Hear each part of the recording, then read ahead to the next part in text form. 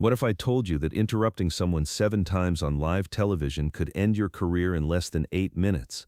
What if I told you that interrupting someone 7 times on live television could end your career in less than 8 minutes?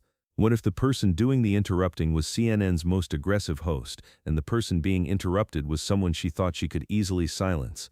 And what if the eighth response didn't just go viral but became a masterclass in how composure always defeats aggression?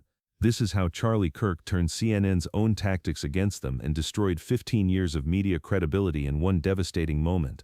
Victoria Hayes thought she had Charlie Kirk exactly where she wanted him. Sitting across from her at CNN's sleek Atlanta studio, the 45-year-old host had built her reputation on never letting conservative guests finish their sentences. She had demolished senators, governors, and presidential candidates with her signature style, rapid-fire interruptions, aggressive fact-checking, and complete narrative control.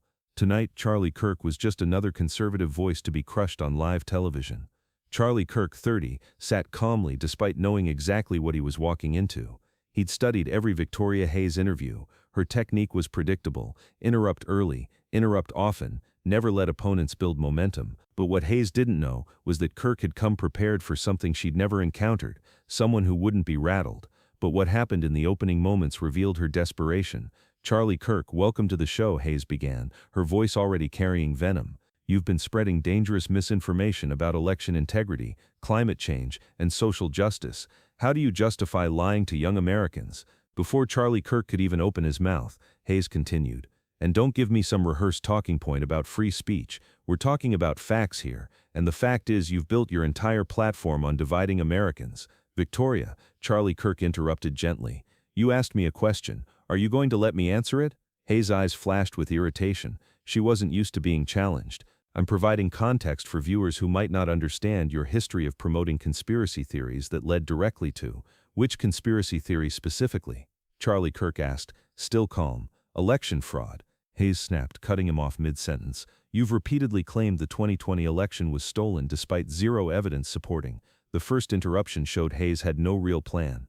"Actually, I've never said the election was stolen," Charlie Kirk began. "I've said there were irregularities that deserve investigation, which is different from—" "That's semantics," Hayes interrupted sharply. "You're splitting hairs to avoid accountability for promoting lies that radicalized extremists into storming the Capitol on January 6th.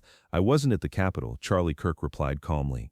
"I condemned the violence immediately, but you're blaming me for things I didn't do and positions I don't hold. Why is that?" Hayes realized she was losing control. Her earpiece buzzed with frantic instructions from her producer, but she was too rattled to focus. "Let's talk about your climate denial," she pivoted desperately. "You've called global warming a hoax designed to destroy American industry." The second interruption revealed pure panic. "I've never called climate change a hoax," Charlie Kirk said firmly. "I've questioned some proposed solutions and their economic impact, but you've actively undermined climate science." Hayes interrupted again, her voice rising. "You've told millions of young people that scientists are lying about data to push a radical environmental agenda. That have you read any of my actual statements on climate policy?" Charlie Kirk asked.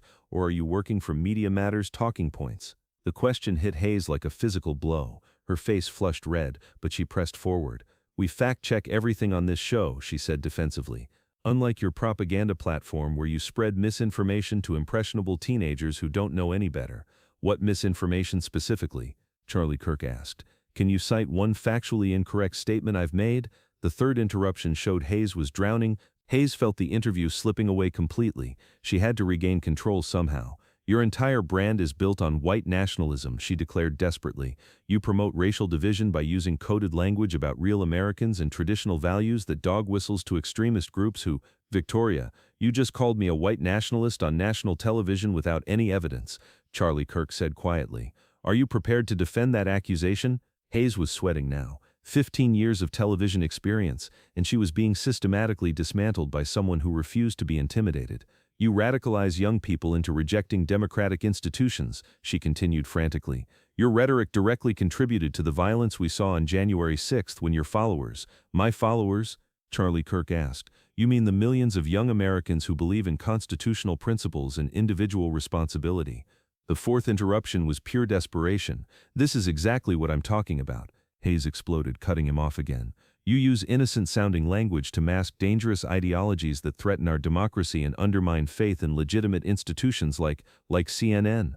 Charlie Kirk asked with a slight smile. The comment hung in the air like a grenade.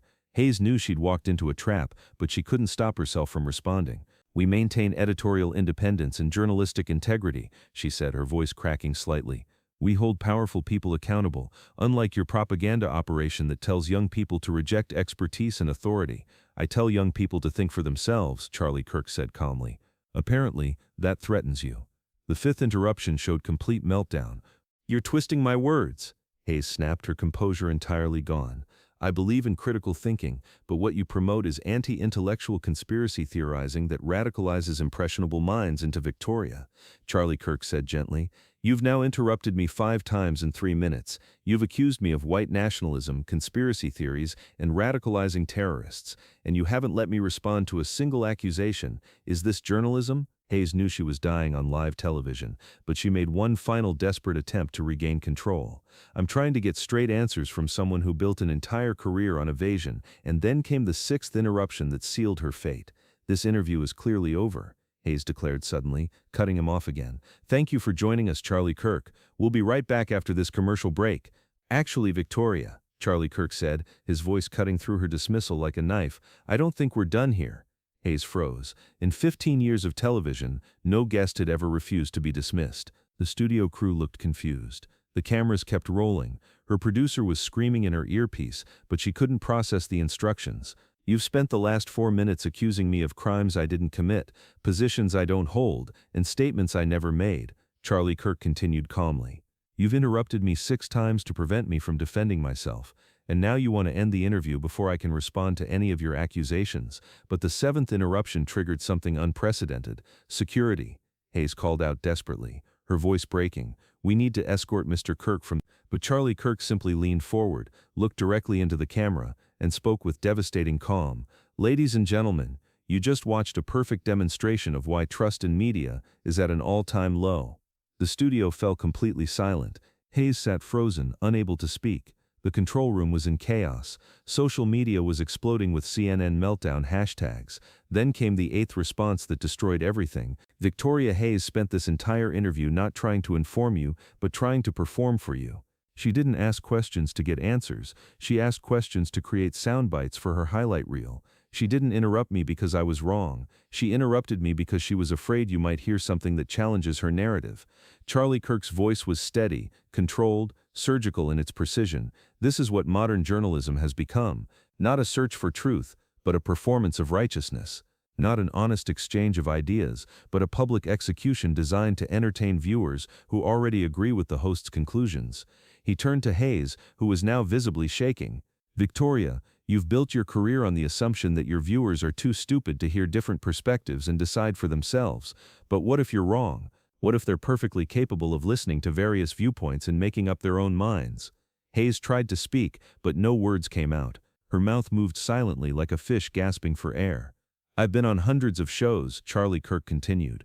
"Liberal shows, conservative shows, hostile interviews, friendly conversations, but I've never encountered a host so terrified of her guest's answers that she won't let him speak. That tells me everything I need to know about the strength of your arguments." The final blow was delivered with surgical precision. Charlie Kirk stood up and removed his microphone. "When you're ready to have an actual conversation instead of performing a character assassination, invite me back. Until then, maybe ask yourself why you're so afraid of letting people hear both sides of an argument." He walked off set, leaving Hayes sitting alone at the news desk, speechless for the first time in her career. The camera lingered on her face for nearly 10 seconds of dead air before cutting to commercial. In that moment, everyone watching knew they'd witnessed the end of something: her credibility, her authority, her career. The aftermath was swift and brutal. Within minutes, clips of the interview were racing across every social platform. CNN meltdown trended worldwide. The full interview hit 50 million views in 12 hours. Media critics from across the political spectrum condemned Hayes' conduct. Even liberal commentators called it journalism at its worst. CNN's phones rang non-stop with viewer complaints. Advertisers began pulling their spots from Hayes' show. Internal emails leaked showing producers admitting they'd completely lost control of what should have been a simple hit job. Hayes disappeared from television for 2 weeks, officially taking a planned vacation that everyone knew was disciplinary action. When she returned, her ratings had collapsed. Within 6 months, her show was canceled. But the real damage was to CNN's credibility. For years they'd positioned themselves as the network of facts and accountability. In 8 minutes, Charlie Kirk had exposed them as partisan performers, more interested in confirming biases than informing audiences. The lesson resonated far beyond television. Hayes had made the classic mistake of aggressive interviewers everywhere. She assumed that talking louder meant being right, that interrupting meant winning, that controlling the conversation meant controlling the narrative. She forgot that the audience is always watching, always judging, always deciding who to trust. Charlie Kirk didn't win by being louder, angrier, or more aggressive than his host. He won by staying calm while she lost control, by asking honest questions while she made false accusations, by trusting the audience to see what was really happening while she assumed they were too stupid to notice. That night proved something every media personality needs to remember. Respect for your audience is more powerful than control over your guest. Honest questions are more effective than gotcha moments. And sometimes the most devastating response to aggression is simply refusing to be rattled by it. Because when someone is so determined to destroy you that they destroy themselves instead, all you have to do is stay calm and let them do it. The truth doesn't need to be defended with volume or aggression, it just needs to be spoken clearly and allowed to stand on its own merits. If this reminds you why honest journalism matters more than partisan performance, why treating audiences with respect builds more trust than treating them like children, then subscribe and share this with someone who needs to remember that the best arguments don't need to shout to be heard.